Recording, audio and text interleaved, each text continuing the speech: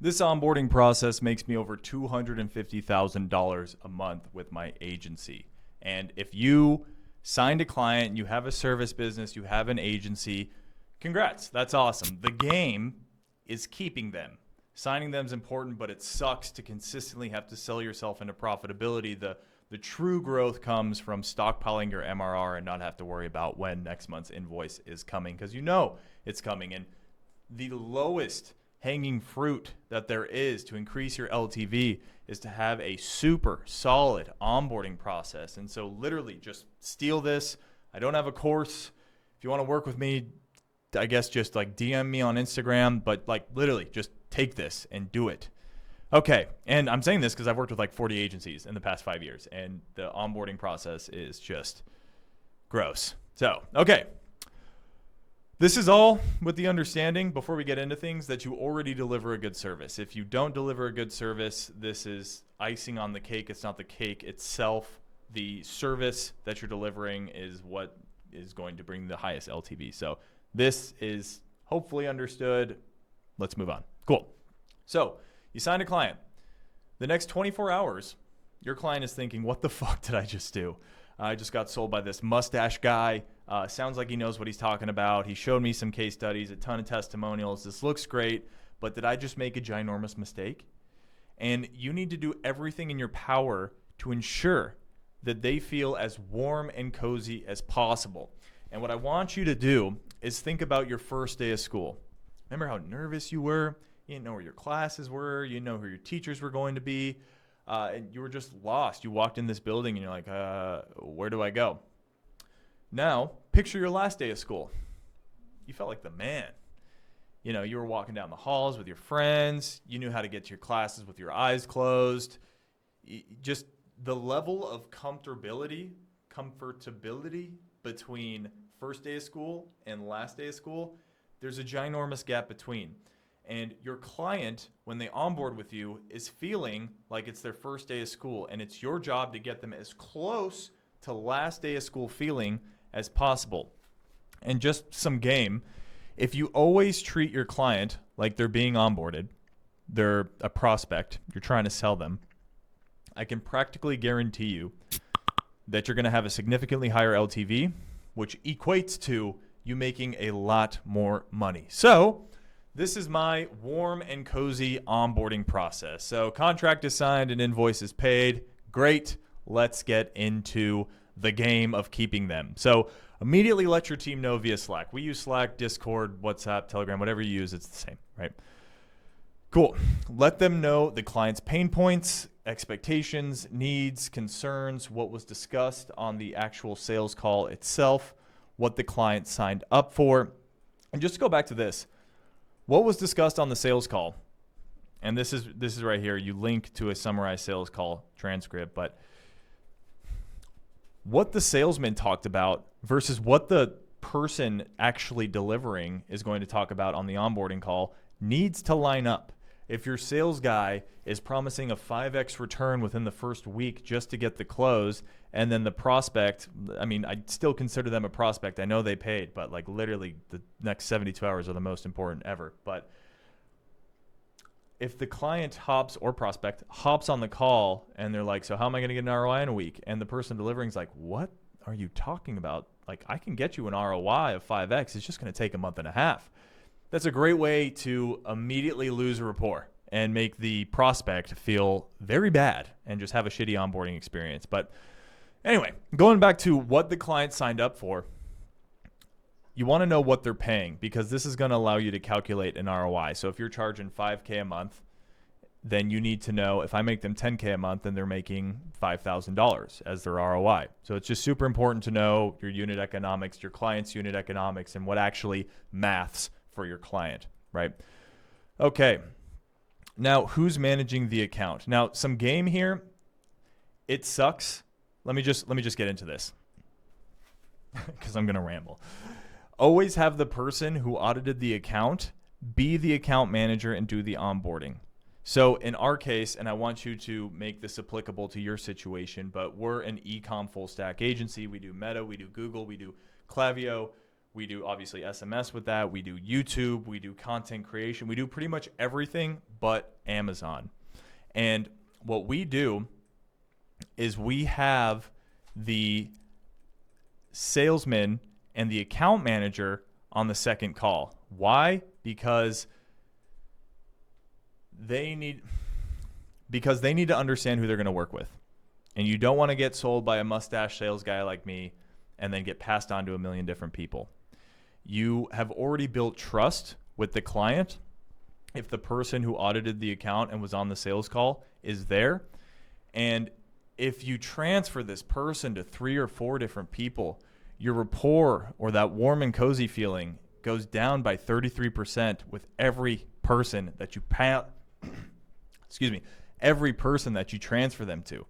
And it's just the truth, because look, I've worked with, like I said, 40, 50 agencies in the past 4 years. And typically what happens is I get sold by the salesman, I get passed to the onboarding specialist, then passed to the account manager, then passed to somebody else. And this, unfortunately, is the norm. And it's bad. It's very bad. And it's bad. So what you don't want to have happen, and do you remember that game? Here, let me make myself a little bit smaller so you can see. Do you remember that game when you were a kid? Maybe you've played it recently, but I'm sure you'll know what I'm talking about, where you start with one word or one sentence. The first guy does. Then they whisper it to their friend, and that friend whispers it to their friend, and that friend whispers it to their friend. And then it gets to the 5th or 6th person, and they have to say what the first person said. 95% of the time, they get it wrong. And this is the exact case of when you get transferred from the salesman to the onboarding specialist to the account manager to the junior media buyer, whatever, right? And so what we do is we just have the salesman and the account manager. Those are the only 2 people that they're going to be in contact with, and this is how you build rapport. And it's not realistic to have the account manager be on every sales call. So how we structure this is we have the discovery call, we figure out their pain points, we get access to their account, and then we look at the account over the week, we have an audit ready, and then on the follow-up call, we have the account manager, the person that's going to be working with them, perform the audit. Because if the prospect likes the audit that we provided, great. And if they like the person that provided the audit, even better, because that's the person they're going to be working with. Because a huge pain point is like, this all sounds great. Am I going to get passed down to some junior media buyer or some junior marketing associate? No, you're not. You're going to be working directly with this person. So ideally, I would have the salesman be the only person the client's in contact with, because they've built rapport from the beginning, but that's just not realistic. And so this is the next best thing for us. All right. Now, the onboarding email itself. So what you want to do is send an email with the entire team CC'd. You want to introduce them. Obviously, they're going to be in contact with 1 or 2 people, but there's going to be 6 or 7 people in the Slack channel just to make sure that everything's moving in the right direction. On the onboarding email, just drop some reminders of how great the call was. Call out like 2 or 3 standout points. And this could obviously be, the problem, like, hey, I know you're struggling with problem X. We're going to help you get there by doing Y. Or, hey, you're in South Florida. This account manager that you're going to be working with is in South Florida. Or my grandma's from there. Or you're living in Spain. I have an apartment in Spain, right? Just something that builds rapport, and it's not just like this copy paste, welcome to the team email, Cool. Have a link to schedule the kickoff call. Now, this is the onboarding call where we get access to everything, and this is super important because we need them to schedule this onboarding call for us to get things moving. And so a hack for you is to only allow bookings for a max of 72 hours because you want to get the onboarding going as fast as possible. The more you delay this, the more rapport you're going to lose. And I know the client has paid. I know they're on board, but they're running a business and their life can get hectic. And I promise you, this happens more often than you think. The client does not book an onboarding call, and you have to follow up, and you have to follow up, and you have to follow up. And so not only drop the onboarding scheduler, but drop like 3 times, man, that like work with you. Like, hey, does Monday at 12 p.m. PST work with you? If not, I can do Tuesday at 10 a.m., 12 p.m., and 1:30 p.m. on Pacific Standard Time if that works better. because you want to make their life easy as possible, not harder with working with you. The less steps they need to take to get the desired outcome, the happier the client. Cool. Who you're going to be talking to on the onboarding call. If you're smart, they were already on the closing call. That's exactly who they're going to be talking to. That's, again, what I just said here. That's the hack. A link to join the Slack channel plus fill out an onboarding form. So something that I forgot to touch on is you want to have, before you send the onboarding email, you've already let the team know, but you want to have the entire team join the client Slack channel. And you want to have each team member drop a personal voice note, or even better, a video introducing themselves. And Slack has a native feature. WhatsApp does, I believe. Telegram, I don't use it a ton, but I'm sure it does. And if not, just use a Loom, right? And they basically say like, hey, I'm Barry. I'm the head of Meta Heads here at the agency. Super excited to work with you. I love that you sell products that help senior citizens with back pain, just something personal. Or go to their About Us section. Be like, oh, I love that you quit your job to, follow your passion and build this company. And the reason why we do this, and guys, this crushes, please, if there's anything you get from this, like, make them feel so welcomed. This is an old TV show that my dad used to watch, but it's called Cheers. And there's this guy, Norm. And every time Norm walks into the bar, they just go, Norm! They scream his name. They're celebrating his arrival. And that's what you should do with your clients. So let me just show you an example. Afternoon, buddy. Yeah. What do you say? That's it. There's literally 18 minutes of this, but you get the point, I hope. If not, there's the link. Check it out. But when your client walks into your house, they should immediately be celebrated. All right, what else we got? Okay, in the email, this is back to the email, include a step-by-step structure of how the onboarding process is going to look, right? You need to educate your client to be a good client, and you want to lay out like step 1 through 8 for us to be launched, how long it's going to take, what you should do first, fill out the onboarding form, join the Slack channel, et cetera, et cetera. Last thing, and this is another banger, but ask them for their address so you can send them a gift. And if you want to really go above and beyond, then send them a personal gift. If they love puppies, get them a dog collar. Or if they just got a new dog, get them a dog collar. If they love wine, get them wine. Think about like $100, right? And also include a personal card. And there's companies that'll do this. Really slept on industry, by the way. If you want to start a business, the gifting industry sucks. There's so much potential. But anyway, something under $100. And this tiny $100 cost will be one of the highest ROI investments you make. And what you want to talk about in this personal card is basically, welcome to the family. We love having you here. It's great to have you. You're coming home, holiday season. They say, Norm, client, great to see you. That's the kind of energy you want to portray in sending them a gift. Okay, now, client is in Slack. Almost time to do the work. Client's already going to be greeted by the team. The team will talk about things discussed on the sales call. So another thing to have the team include on their personal video in the Slack channel is for them to go through the sales transcript, figure out and you don't have to make them watch the whole call. This is why Fireflies is kick-ass, because it summarizes what you guys talked about. But just say like, hey, I know you're trying to scale this past $40K a month. I'm actually working with another client who had that exact same problem. And so I'm Maria. I'm excited to work with you, and welcome to the team. Welcome to the Slack channel. But this showcases that your team already understands the pain points, expectations, and KPIs that need to be hit. And it also allows you or your team to celebrate how much they love their brand, their product, their story. Again, the point is to be personal. And it's not that hard to be personal with somebody. Just check out their LinkedIn, check out their About Us page.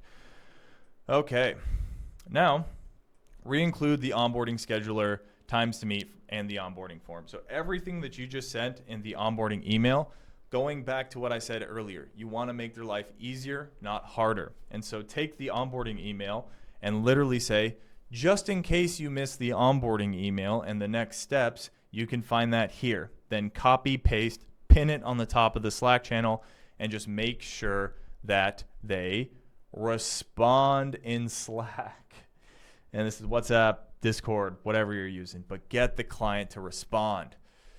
You need to lay out clear expectations that you only communicate on one platform. And making sure that they're actually in the channel responding is astronomically important. Great way to lose a client is for them to keep emailing you, texting you, calling you, slacking you. We only communicate on this. If you need help, if you want to talk to us, it's only with Slack. And getting them to respond via Slack and just make sure they're in there okay is very, very important. It's going to save you a lot of headaches moving forward. Okay, sweet. Now the onboarding call itself. What does this look like? Almost time to launch.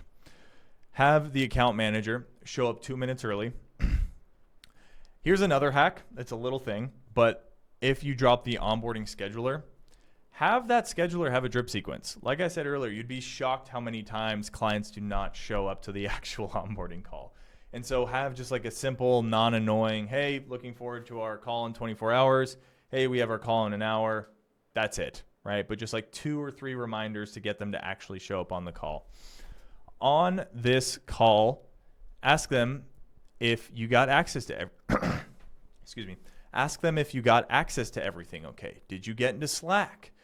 Did you get my email? Did you check out the awesome Teams messages that we sent you? I think Laria talked about South Florida. Her grandma's actually from there. But this is going to build rapport with the team significantly. This one's important, and I touched on this quite a few times, but you don't want to re-ask the questions that were discussed on the sales call. You want to come to the call prepared, where the client will feel like they're getting passed to somebody who has no idea what's going on. And if you do this, your LTV is going to increase. And again, that's why the transcript's so important. That's why just transparency with your team is going to help a lot. Cool. Now, this is a little bit, it's not controversial. This is something that's just real and has to be done. You need to go over expectations. You got to set the tone. Like, you're working with us, we're excited, but this is how shit gets done here. And this is where you're going to set the frame of what the working relationship is going to be in regards to, like, here's our launch date. Here's reporting. It's going to be every Monday at 3 p.m. Here's our communication cadence. We're open from 5 a.m. Pacific Standard Time till 5 p.m. Pacific Standard Time. This is when our weekly calls are going to be. You want to educate your client on how to be a good client. Okay, and I know that sounds a little bit like good boy sit, but it's not. The client wants to be a good client because if they are a good client, you're going to have a higher chance of getting them good results. And so just expressing that, laying out clear expectations is going to help you expand their LTV significantly. Get access to all necessary assets, Meta, Google, YouTube, whatever you're doing. Answer any additional questions they may have. Make sure they leave the call with a clear understanding of what's next. And set a deadline of when campaigns are going to be live. And if this isn't campaigns, then just apply this to whatever service you're doing. But what I like to do is have our account manager book a follow-up call a day before everything is live so we can get a green light from the client. We've done this hundreds of times. Like, we know what's working, and I'm not saying this to make me sound like I'm the shit, but like, if you send them the creative, if you send them the copy, and it's an 8 out of 10, and the client just wants like a few things changed with the copy or like a photo or whatever, then just let them have it, right? But what you don't want to do is go live, have them not know you're live, have an ad pop up that they're like, you're not representing my brand in the best way possible. You need to get their approval in the beginning, and then once you have that trust, they're just going to be like, yeah, just do it. I trust you. But in the beginning, they don't trust you. And so just make sure you get that green light from the client before you go live with anything. Okay. You signed a client. Now the delivery, the campaigns are launched. This is where you keep your clients. And so as soon as the campaigns are launched, announce that shit. Scream it from the mountains. You want your team reacting and celebrating the launch of the campaign. Like, let's go. This was supposed to take 7 days. It only took us 3 days. We're launched, baby. And then find wins as quick as possible. And don't lie for the sake of lying. But this could be like, yeah, we got our first lead. Hey, we're already getting a higher ROAS than before you were working with us. Hey, our CPA's already dropped by $10 compared to last month. This is our best performing ad out of all the ads that we tested. This, like, if you can't find any wins, then just get as granular as possible and be transparent. Like, best performing ad's a great one if the account just needs a little bit more time. But just find literally anything to celebrate. Cool. First weekly call, immediately go over the wins. Immediately go over the wins. You want to start as high and dopamine heavy as possible. Okay, just go over everything that you're doing, what you've done in the account, what you've adjusted, what's working, CPA's lower. We've lowered our budget, but now we're more efficient. Just go over the wins. You've had a week to work, so hopefully something's come up. And as time passes, be transparent with the work you're doing. And are things going well for them? Great. This is what you're doing to double down. Are things not going well? That's great too, because this is exactly what you're doing to fix what's broken. Clients want to see iteration, not isolation. Now, I created that myself, so I'm a little proud of that, but fucking communicate. Be transparent. Let them know what you're doing within the account, right? They don't want to feel like this person talks to me once a week and I get a report and that's it. Like, they need to understand what you're doing. Make the client feel like they're an extension of your team and like you're an extension of their team. That's why they hired you, to be a growth partner, to build their social media following, to get them on friggin' Forbes, to increase their ad budget to $50K a month profitably, to $500K a month profitably, whatever. But just make them feel like they're part of your team and vice versa. All right. So now you're a month into the relationship. This is great. But what I'm talking about here is going to be applicable to every month that you're working with them. So this is a month over month over month thing. Again, treat your client like they're always being onboarded, or treat your client like they're always a prospect, and you will keep them way longer. So I have things are going well, things are going okay, and things are going bad and they're about to leave. So let's start with things are going well.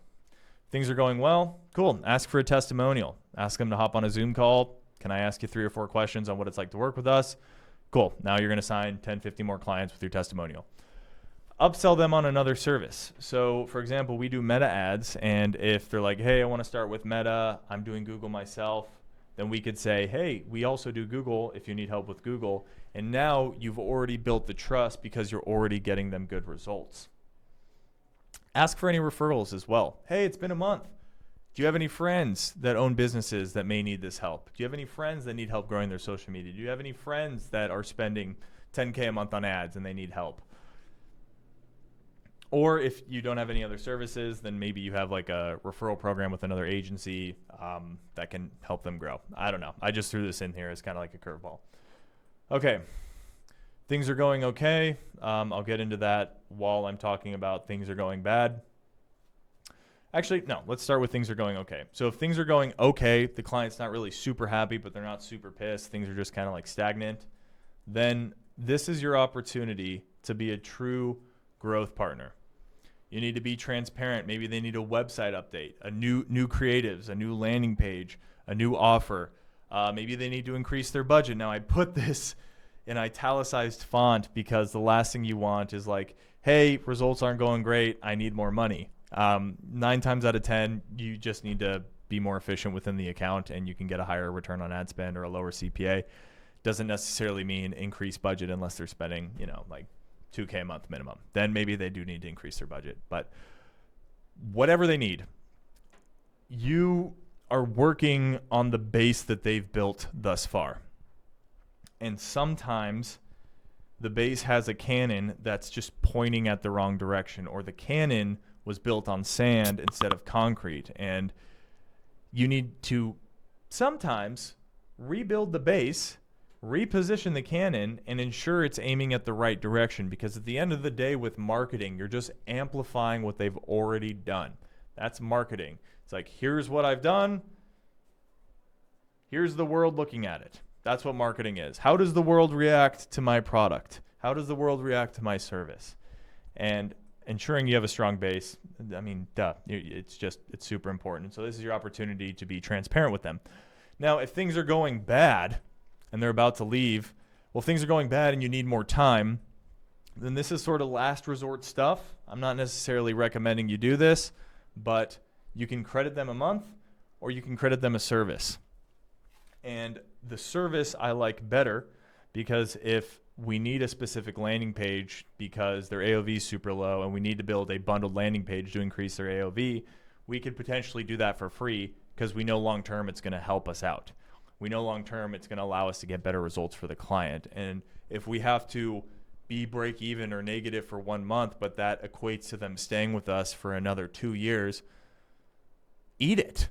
Just fucking eat it, you know? Like crediting months is, it's not the best thing to do, but it's also so underrated because it just allows you more time to get shit done. And if you're working with small clients and they need more time, then this is a great way to do it. I'm not recommending it every single time, but it's good to have it in your arsenal.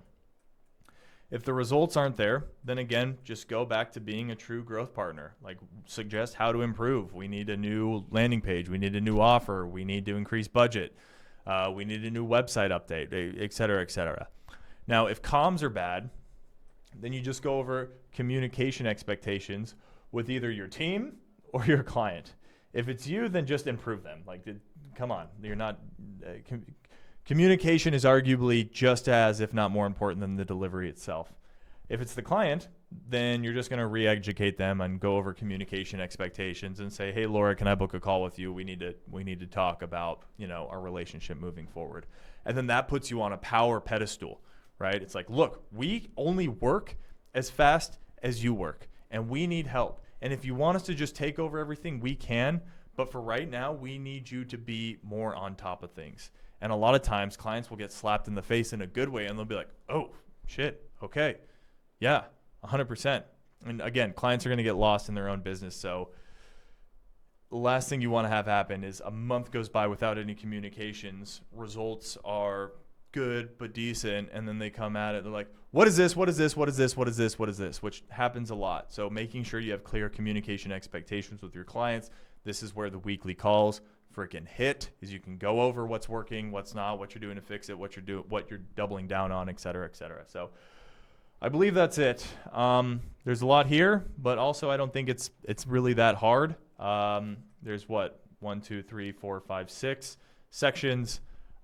This is easy to talk about. It's extremely hard to do and manage a team to actually do this. So download this, implement it yourself, and I guarantee you your LTV is going to go up significantly because I'm speaking as a man who implemented this and my LTV with my clients went up significantly. So that's it. Appreciate you watching this. See you soon.